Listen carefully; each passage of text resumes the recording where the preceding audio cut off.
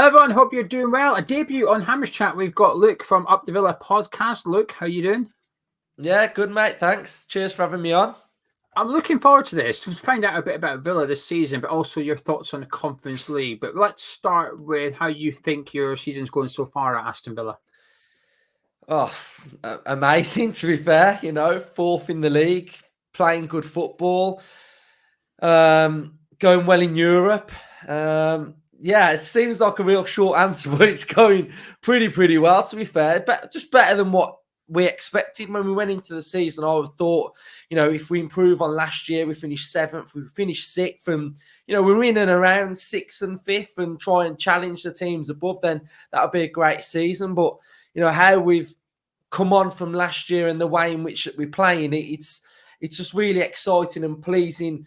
More for the future as well. It doesn't feel like it's just, it's like a one-hit wonder. It feels like, when Unai came in, he galvanised us. He got us playing better football. We were, I think from the calendar year, we were like second across the whole calendar year last year. So that was brilliant. And he's took it on to this season as well and developed the way that we're playing. So, yeah, it's going good. Right then, Champions League hopes. Obviously, fifth is probably Champions League football. So are you quite confident that Villa will be in the Champions League next season? Yeah, I mean, we had a disappointing performance last week. I spoke about Unai but I do feel like he changed our system a little bit last week, and we had a bit of a mare, to be fair. But the good thing about us this season is that we've been really consistent. So when we lose a game, we win a game. We've not gone on losing runs this season, which I think is really important, and that's probably why we're in fourth place. But yeah, I'm pretty confident. I think, while you're in it and while you're in that position, you've got to believe in your team. So, yeah, I'm pretty confident. If it's fifth that gets it, then fair enough. But, yeah, just got to believe, haven't you, as a football fan? I think, probably like you guys last year, when you run to winning the Conference League, you got to believe you can win it. And even though you've got Leverkusen, like we were talking off air, just, got to believe you can do it. Otherwise, what's the point? In terms of the Conference League, what was your thoughts at the start of the season going into that tournament? Were you excited to be in it, or were you quite dismissive of it? Because it's still sort of looked down upon from some football fans. There's even some West Ham fans still aren't keen on the tournament. Even though we won it, it's a bit a lesser European trophy. So what was your thoughts in regards to the competition? For Villa, we hadn't been in Europe for a very, very long time. And we're not in a position where we can turn our nose up at trophies. If we're in a tournament, then we want to try and win it. And it's just exciting to be in Europe. Like, we've got really, really good owners who don't want to just stop at sort of Conference League, Europa League. They want to be challenging at the top end of the Premier League. They want to be in the Champions League. So for us, it felt like that first step of getting on our way. So just really exciting. And, I think fans that sort of turn their nose up at the Conference League, have a look at the teams that are in it. There's some big teams in it. We've got Lille next, Fiorentina in it, who you beat. There's Fenerbahce, there's Ajax, 3 times European champions are in it, and we've beat them, and the big teams. So I think it's a good European competition. I got asked on BBC last week about Champions League. He asked me whether Villa want Champions League, and I was like, obviously, yeah. And he was sort of saying, well, it hasn't served Newcastle well. But I think kind of what you've done is the fact that because we were in it this year, hopefully it'll gain a understanding of travel Thursday, Sunday, and it's probably helped you the seasons that you've been in it. You had the little warm up the season before you won it, and then you're going well in the Europa League. So, yeah, I think teams like Villa, teams like West Ham, Brighton, who aren't in that so-called big six, we're in it. We've got to try and win it and just go for it, really.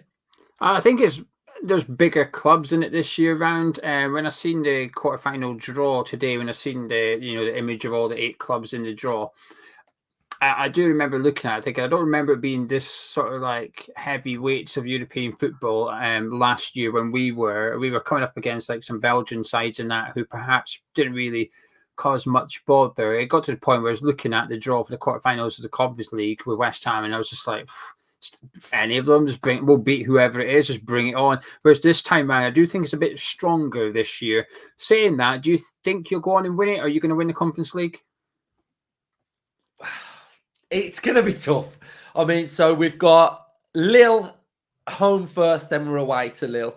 And then we've got the winner of Fenerbahce, Olympiacos, who, are two massive teams as well. So it's going to be tough, but yeah, I mean, one game at a time. Let's face Lille first and then see how we go. But we did really well against Ajax, so if we can mirror that performance, then yeah, we can go all the way. Didn't really answer my question. Will you win it? I'll say yeah. I'll go say I yeah. Think you will. I think you will.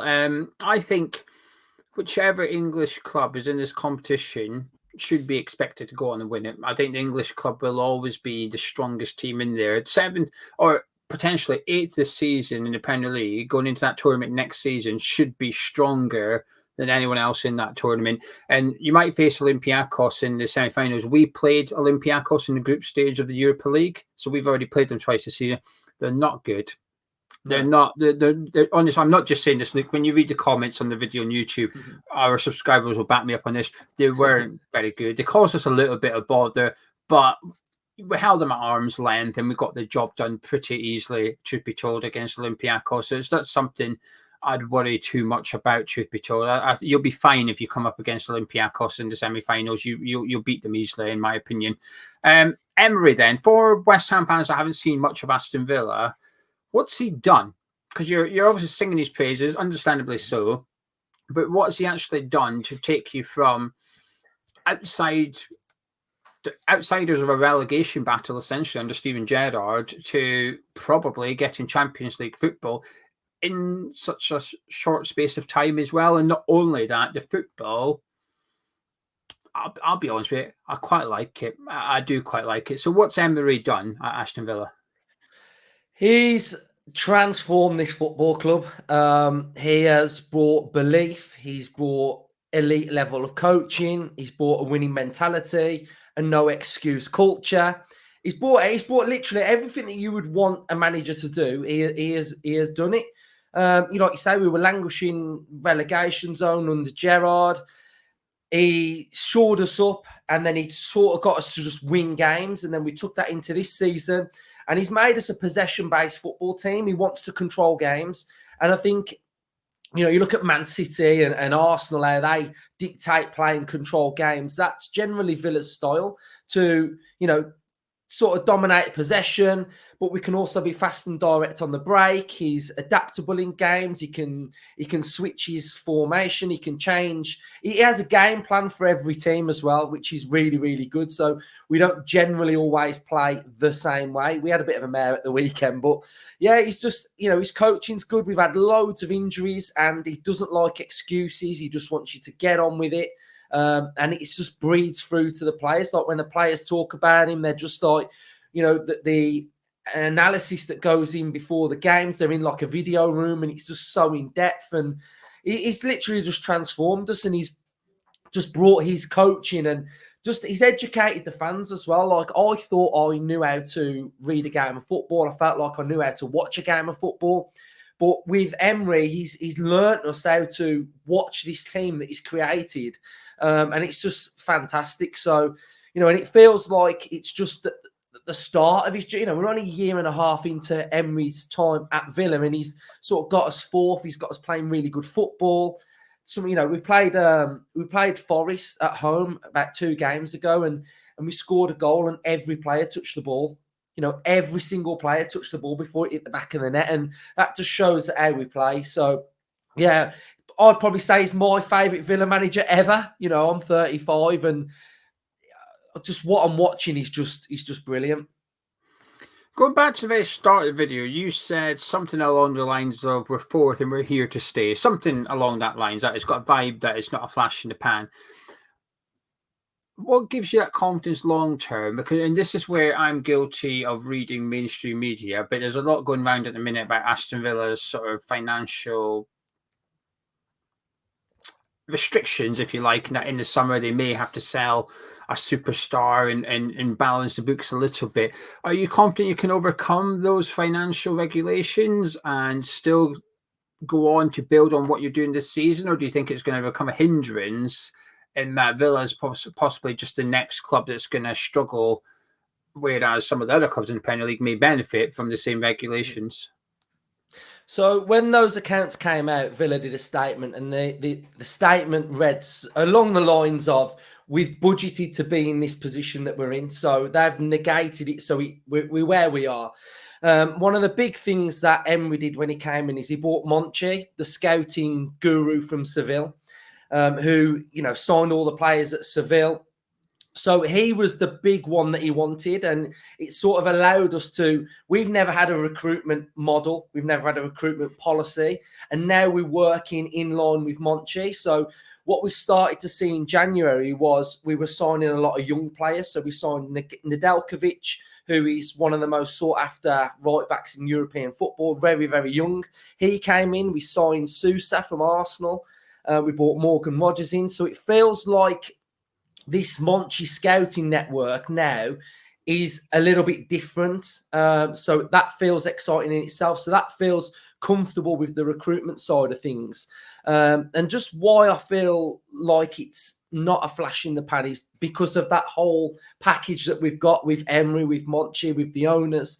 And yeah, I think we're fine with PSR. I think that there are probably a lot of clubs that are in a position where you're going to have to, it sounds weird, but you're going to have to sell so you can buy. And that sounds really strange. Like in years gone by, it's like you sell because you want to pocket the money and you don't want to spend. Whereas now, if you sell £50 million worth of academy talent or a player, it's just going to allow you to spend in that window. So I think we're fine sort of off the pitch. And that's why Villa getting in the Champions League, it's massive, because if you look at our revenue, corporate, if you look at commercial revenue, match day, we're a million miles off like Manchester United. And those type of things of sort of like the off-field side of things is something that Villa have really got to improve on. So I'm not really that worried about sort of the money that we've lost. I feel like it was just inevitable that we were going to get there, because when we sold Grealish, we've spent money to be in this position that we're in now. So maybe we have to sell somebody. But I think we've got some valuable players that we can get to before we have to sell, say, a Douglas Luiz or a Watkins or, I don't know, a McGinn. We've got, some players that have got good value. So, yeah, we should be all right, I think. Yeah, I think this is where the scouting and academy, I think these two things in football over the next few years are going to become incredibly important for clubs, especially the ones that are looking to break through a particular barrier, whether you're trying to go from Championship to the Premier League or a relegation battling team into a mid-table team, or like where West Ham are and what Villa are currently doing, which is going from that team, top half Premier League, into European football. I think emphasis and focus on the academy of your club and scouting at your club is going to become more and more important, because you're going to rely on both even more than you used to. Because before, you could probably just buy yourself out of trouble a little bit. That if you're in a relegate, I was fine, we'll just chuck 50 million at it in the January transfer window, get a couple of players in, and we'll be all right. I don't think you'll be able to do that anymore. I think it'll be a case of once you're in January, you might find you don't have any money to get yourself out of trouble. You're going to have to do something clever. And that's where I think the scouting process comes in, and the fact that you've got that lockdown. We hope we've got transfer guru yourself and Tim Steiding, although we don't have, you speak of transfers that you can point to and say, hey, here's what our guy's doing already. We don't have that at West Ham yet. We've got the guy, but we've got no transfers coming in. So we're still waiting for that to happen a little bit. But I do think that's going to become more important. And what you do today might actually benefit your club. Maybe not now, but in 2027 or something, that's when you might start reaping the benefits from doing something wise today with all these regulations coming into play. Right, final question on Aston Villa then. If one of our subscribers are watching right now, if they haven't seen much of you in the recent few weeks, which players would you say are in form and to look out for?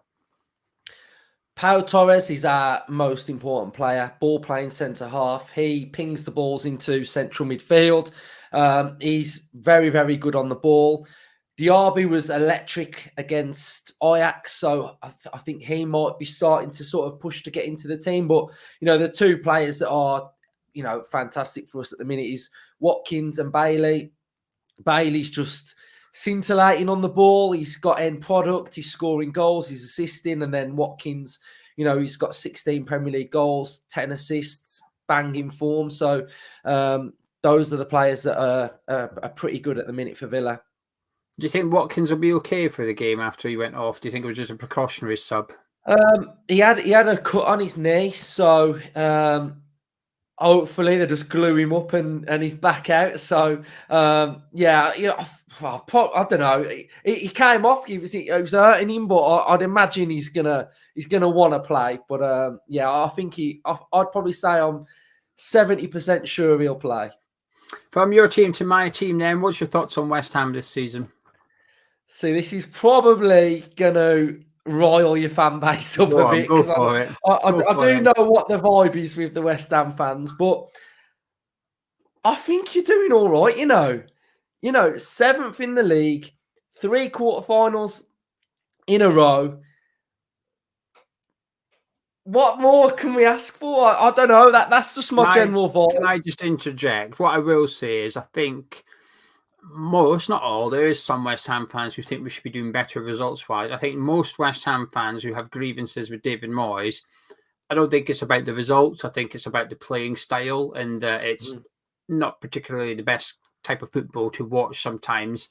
But in terms of the results, I don't think there's too much unhappiness in regards to being 7th in the league and in the quarterfinals of Europa League. I think we do see it as an achievement, but the way we've got there, if you like, perhaps isn't the most enjoyable. That's all I'll say. I'll just put that out there. You're not expected to know. You're an Aston Villa fan, not a West Ham fan. You're not expected to know.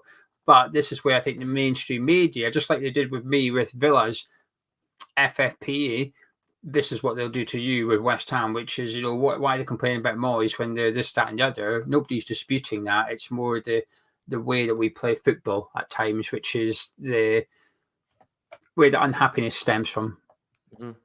Yeah, I mean, you are quite fast and direct, aren't you? So you are leading the way with that sort of style in the Premier League.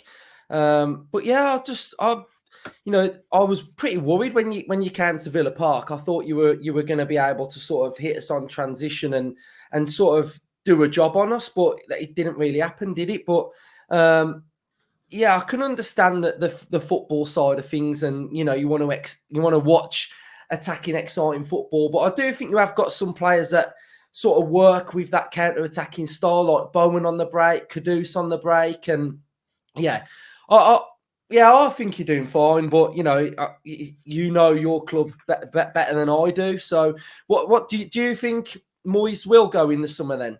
I don't know whether he goes or not. I think the jury's out at the minute in terms of what the board are intending on doing. I think they're waiting to see. I don't think they've decided, Luke. Some West Ham fans think he's going. Some think he's definitely getting a new contract. We're all guessing at this point. I think they're just waiting to see how we get on between now and the end of the season. I think if we were to finish, say, 7th in the Premier League and qualify for the Europa League, I'd imagine you'll get a new contract. If we were to finish 10th, which is possible, it's quite tight. That little bit we're in is really tight at the minute. If we were to finish 10th and get knocked out in the quarterfinal of the Europa League, you might not get awarded a new deal. However, what I will say is I think the draw of playing Bayer Leverkusen would be seen as probably an acceptable loss. As long as it's not an embarrassing scoreline. If we were to get knocked out by a goal, for example, I think the board would probably look at that and say, well, Bayer Leverkusen, that they're the better side here. We're the underdogs in this. So I think getting knocked out by them is probably deemed understandable in terms of the board. So at the minute, to be honest with you, Luke, I haven't a Scooby if he's going to get a new deal or not. I think they're just waiting to see how we get on. There's still a lot to play for. Conference League, Europa League, no European football. That's all up for grabs. And then plus, we're still in the Europa League. We were to go on and win that, which I don't think we will. But if we were, he's definitely going to get a new deal then, and then we'll be in the Champions League alongside yourselves. Hey, we'll both be in the Champions League then. Yeah, me and you might be doing this in a year's time, discussing facing each other in a Champions League quarter-final. You just never know. Yeah. Anyway, let's turn our attentions to Sunday. Luke, how do you see this one going? How are you feeling? It's a difficult game, I think, for both teams, really, and on how we sort of approach it. I think it's going to be a draw. I think it's going to be.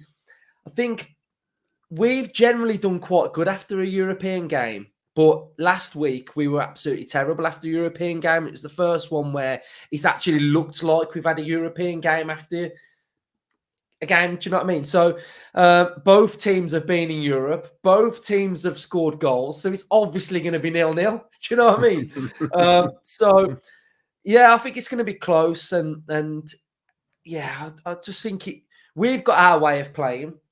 So we're going to come and try and control the game, control possession. And I imagine that you guys are going to try and hit us on the counter-attack, on transition, and do some damage that way. So I think it's going to be that balancing act of if we keep it tight at the back, don't allow that ball over the top, then we'll probably do quite well. But if you guys get joy, to Bowen and Kudus over the top, then you'll create chances and possibly score and win the game. So I think it's a real tight game, really. How do you see it going? I think you'll edge it. I'm a big fan of Emery and what he's done with your club, though. And whilst our win against Freiburg was impressive, Freiburg were crap. And a week ago we played Burnley, and the second half we were better, but the first half we were just terrible. It was against the bottom of the team in the Premier League, and there was not much from us whatsoever. So I'm optimistic. I don't think it's a complete write-off, this game, but I don't know. You're fourth for a reason. You're a damn good side with bloody good players who are in really good form at the minute, and I just think you'll beat us on Sunday. I don't think it'll be a hiding like we got at Villa Park when you ran out comfortable and easy winners in the end. But I think you might just edge this one. You said you think it might be a draw. Would you take a point? Interestingly, because of where you are in the league, it's sort of like there's a little bit of a buffer zone between you and Man United. But it's not something that I would consider irreversible. If you were to lose a couple of games and they were to win a couple of games, suddenly it's game on a little bit. So would you be okay with a point on Sunday? I think so. We haven't got John McGinn, so he's key in the middle of the park for us. So the fact that he's out, then you go into this little international break. Yeah, I think I'd probably be all right with a point. Just keeps the points tally ticking over. So yeah, I think I'd take a point. Yeah, as would I. Right, final question. Crystal ball time. What's your score prediction? 1-1. I'll go 1-1. I'll take that. I'll be happy with 1-1. Anyway, if you guys at home have enjoyed this video, please do drop a like on it by clicking thumbs up. If you would like to see and hear more from Luke, then the link to all his social media and podcast will be in the description below, and the latest video on your screen in just a minute's time. So go check out Up the Villa podcast. Luke, thank you very much for joining me. I've enjoyed this, actually. Yeah, it's been really good. Just wish you all have a good season. Yeah, I was going to say, I don't normally tend to do this. Best of luck for the rest of the season, because I don't mean it, so I don't say it. So because I wouldn't, if I said to a Fulham fan, best of luck, I don't really care. Like, it doesn't bother me. But genuinely, best of luck for the rest of the season. I hope you go on and have success for the Conference League. I hope you finish in the top 4, not top 5. Put Spurs 5th, please. I hope you finish in top 4. And it's good. It's refreshing to see Aston Villa doing something, and just makes a change for that sort of top part of the Premier League. So yeah, I'm rooting for you, actually, and hopefully I can catch up with you next season and see how you're getting on. Yeah, cheers. Thank you, mate.